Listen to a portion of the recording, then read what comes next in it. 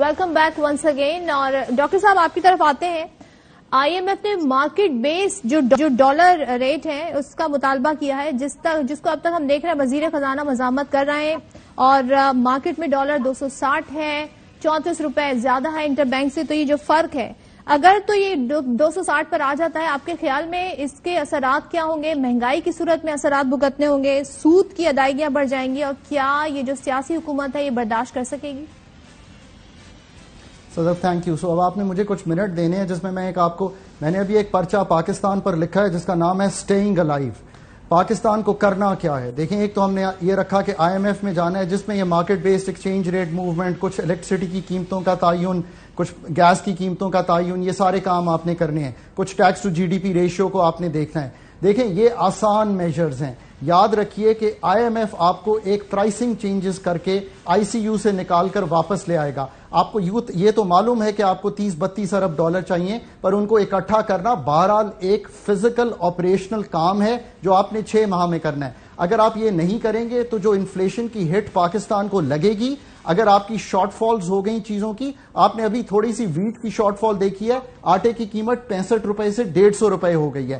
میں آپ کو کہنے کی کوشش یہ کر رہا ہوں کہ آرڈرلی موومنٹ کیجئے. آئی ایم ایف کا کام ہے, یہ دنیا کا آرکیٹیکچر ہے, یہ اس میں رہیے, انٹرنیشنل آرکیٹیکچر کو مت ڈچ کیجئے. بٹ یہاں پہ بات ختم نہیں ہوتی. میں نے اس پرچے میں کلیئرلی لکھا ہے کہ آپ کے اگلے 3 سال کی ریکوائرمنٹ 78 ارب ڈالر کی ہے, بارنگ یور کرنٹ اکاؤنٹ. اس 78 ارب ڈالر کے کام کو شروع کیجئے. ری پروفائلنگ ڈیٹ کی کیجئے, جو آپ کے رول اوورز ہیں ان کو انشور کیجئے. پر یہاں پہ بات نہیں رکتی. اونس اب آپ پہ ہے کہ آپ کا انرجی سیکٹر اگر 50 ارب روپیہ بلیڈ کر رہا ہے تو اس پہ کام کیجئے. سب سے پہلے یہ جو انرجی ڈیفیسٹ ہے اس میں سے نکلیے. اس میں سے نکلنے کا طریقہ پرائیویٹائزیشن, ڈی ریگولیشن, اس سیکٹر کو ٹیلی کام سیکٹر کی طرح چلائیے. نمبر 2, بات امپورٹ سے نہیں بنے گی. میں گزارش کرتا ہوں, پاکستان کی imports 22-23% of G D P ہیں, یہ کمپیٹیبل ہیں ٹو ادر کنٹریز. آپ کا مسئلہ ہے 9.8% آف جی ڈی پی کی ایکسپورٹس. اپنی اسٹریٹجی چینج کیجئے, اپنی اکانومی کو کمپیٹیٹیونیس کی طرف لے کے جائیے, اپنی اکانومی کو ڈی ریگولیٹ کیجئے, اپنی پیداواری صلاحیت بڑھائیے. صدف, پاکستان ایک ملک ہے جو کاٹن پہ ڈیپینڈنٹ ہے. Let's look at the figure. ہم چائنا کی بات تو ضرور کرتے ہیں, ہم یہ تو ضرور کہتے ہیں کہ ہم ان سے سیکھنا چاہتے ہیں. 10 ٹن پر ہیکٹر چائنا اگاتا ہے اپنی کپاس, آپ 1.7 ٹن پر ہیکٹر اگاتے ہیں. یہ ہیں وہ کام جو آپ نے کرنے ہیں. آپ پہ پینشن کا بوجھ 500 ارب روپے کا ہے. آپ کا 500 ارب روپیہ بڑھ جائے گا اور آپ کا پورا جو بجٹ ہے وہ خسارے میں چلا جاتا ہے. اس کو ٹھیک کیجئے, پے ایز یو گو کیجئے. آپ نے یہ بھی طے کرنا ہے کہ کیا آپ 10 ٹریلین کا پی ایس ڈی پی لے کے چلے ہیں. آپ کو آج رک جانا چاہیے اور ان سارے پروجیکٹس کو ریویو کرنا چاہیے اور اس چیز میں سے نکل جانا چاہیے کہ آپ نئے پروجیکٹس کریں گے. آپ کو یہ فیصلہ کرنا ہے کہ آپ کے ملک کا tax to G D P ratio 10% ہے. حکومت کو بھی تو کچھ دکھانا ہوتا ہے نا, الیکشن لڑنے کے لیے بتانا ہوتا ہے, کچھ ٹینجیبل اقدامات کرنے ہوتے ہیں جو عوام کو دکھیں, ورنہ تو مہنگائی کے بوجھ تلے تو ویسے ہی عوام دبے ہوئے. تو یہ بھی روک دیں گے تو پھر کیا دکھائیں گے حکومت والے؟ جی, مہنگائی سے نکلنے کا طریقہ صدف وہ ہے جو آپ کو کرنا ہے. اگلے 5 سال کے لیے پاکستان کو ایک سٹرکچرل موڈ میں لے جائیے. آئی ایم ایف کے پروگرام کو سائیڈ پہ چلائیے, وہ آپ کو ڈیٹ ری شیڈیولنگ کرائے گا, ڈیٹ ری اسٹرکچرنگ کرائے گا. آپ کی جو 78 ارب ڈالر ہیں وہ انشور کرے گا. پرائیویٹائزیشن کرنا, پیداواری صلاحیت کو بڑھانا, ملک کو ڈی ریگولیٹ کرنا, پینشنز کو ٹھیک کرنا, فزیکل خسارے کو سنبھالنا, جس سے مطلب ہے کہ اپنے ایکسپینڈیچرز کو سنبھالنا, یہ آپ کا کام ہے. یہ آپ کیجئے. I M F is not a structural engineer. I M F is a doctor of the last resort with pricing changes to take you out of the trouble that you are in. Disorderly movement کی طرف قطعی طور پہ مت چاہیے ملک میں. ہم ماضی میں بھی دیکھتے رہے ہیں اور ابھی بھی دیکھ رہے ہیں.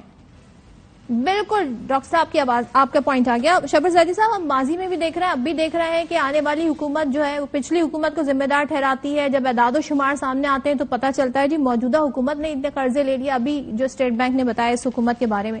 تو یہ جو معاشی دلدل میں پھنس چکے ہیں, اس سے نکلنے کا راستہ کیا ہے شبر زیدی صاحب؟ دیکھیے میں تمام باتیں جو ڈاکٹر صاحب نے کی ہیں ان سے ڈس ایگری نہیں کرتا. بالکل صحیح باتیں ہیں، یہ ساری باتیں بالکل درست ہیں. مگر میں جو آپ کو سمجھانے کی کوشش کر رہا ہوں کہ اگر ڈاکٹر صاحب یہ سمجھتے ہیں، میں بتاتا ہوں پاکستانی یہ سمجھتے ہیں کہ پاکستان کی ایکسپورٹ جو آج $30 بلین ہے یا $35 بلین ہے، یہ 2028 تک 50 ہو جائے گی، تو وہ پھر پاکستانی بزنس کو نہیں سمجھتے اور پاکستان کی، صحیح کہہ رہے ہیں ڈاکٹر صاحب، نان کمپیٹیٹو کو نہیں سمجھتے. میں یہ کہنے کی کوشش کر رہا ہوں کہ پاکستان کی جو پاکستان کی اکنامی کی بیماریاں ہیں وہ اتنی ڈیپ ہیں کہ جتنی باتیں تمام ڈاکٹر صاحب نے کی ان میں سے ایک بیماری بھی صحیح نہیں ہو سکتی اس اکنامک اسٹرکچر آف پاکستان کے ساتھ. ٹھیک ہے، اب جو بنیادی فیصلہ ہونے والا ہے جس پہ کوئی بات نہیں کر رہا وہ یہ ہے کہ ہمارا فسکل اکاؤنٹ کا جو ڈیفیسٹ ہے وہ اس کو سب سے پہلے ہمیں صحیح کرنا ہے اور اس میں ہمیں NFC ایوارڈ کو ریوائز کرنا ہے اور اس میں ہمیں انٹرسٹ کے چارج کو اور ڈیفینس کے چارج کو پروونشل ڈسٹریبیوشن سے اوپر لے جانا ہے. جو بات میں کہہ رہا ہوں یہ پاکستان میں کوئی پبلک ٹی وی پہ نہیں کہے گا، لے جانا ہے اور لے جایا جائے گا. کوئی سیاسی پارٹی کی ہمت نہیں ہے اس کو نہ کر سکے. پہلے آپ اپنا فسکل اکاؤنٹ سیٹل کریں گے اور اس کے بعد آپ شروع کریں گے اپنا ریفارم پروسیس. جو پہلا والا پروسیس میں نے بتایا NFC کا ریویژن، یہ سیاسی پارٹیوں کا ٹیسٹ ہونے والا ہے with in very dear future. تو میں جو آپ کو عرض کر رہا ہوں وہ یہ ہے کہ پاکستان، وہ تو پہلے ہی ہو رہے ہیں کہ ہمیں اس سے جو NFC ایوارڈ سے ہمیں دیا نہیں جاتا اتنی تعداد میں، اور آپ کہہ رہے ہیں کہ اس میں کمی آ رہی. سن لو میری بات، میں سندھ کا فائنانس منسٹر رہ چکا ہوں، میں سندھ کا فائنانس منسٹر رہ چکا ہوں کیئر ٹیکر میں تقریباً 2013 میں، آج تقریباً کتنا 10 سال پہلے. اس وقت میرے پاس اتنے پیسے ہوتے تھے، مجھ سے خرچ نہیں ہوتے تھے. آج بھی سندھ